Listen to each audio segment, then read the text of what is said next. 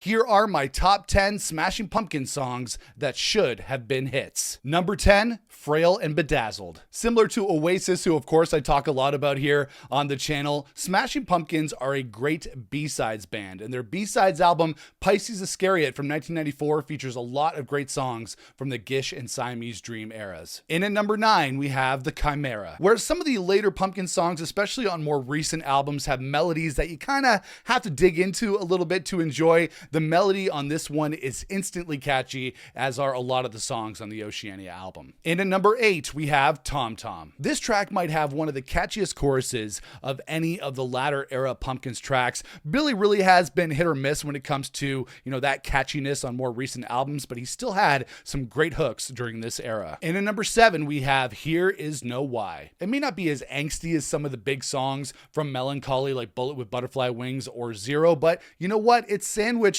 right in between those songs on the track list of disc 1 of Melancholy and the Infinite Sadness, so it's worthy of being a hit on its own. But it's not like Melancholy didn't produce its fair share of hits. This album is a hit factory. In at number 6, we have This Time. I think This Time would have made a much better third single from Machina than Try, Try, Try. To get more general listeners on board, it's got a really nice melody and is generally a more pleasant song than Everlasting Gaze, which is spiky and snarly, and Stand Inside Your Love, which is a great song, but a little bit overdramatic. I think This Time would have made a great hit song during a time, again, when the Pumpkins really needed a hit. In at number 5, we have Muzzle. And it's kind of buried on track 12 on disc 1 of the album, but I think it's by far one of the catchiest rockers on Melancholy. You got Billy singing about fearing being ordinary amidst a wall of fuzzy Pumpkins guitars. It has all the makings of a great radio single. And at number 4 on my top 10 Smashing Pumpkins songs that should have been hits, we have Panopticon. And Panopticon has a huge riff and a catchy as hell chorus. It should have gotten a bigger release. And at number 3, we have Dross. To not have a high quality studio version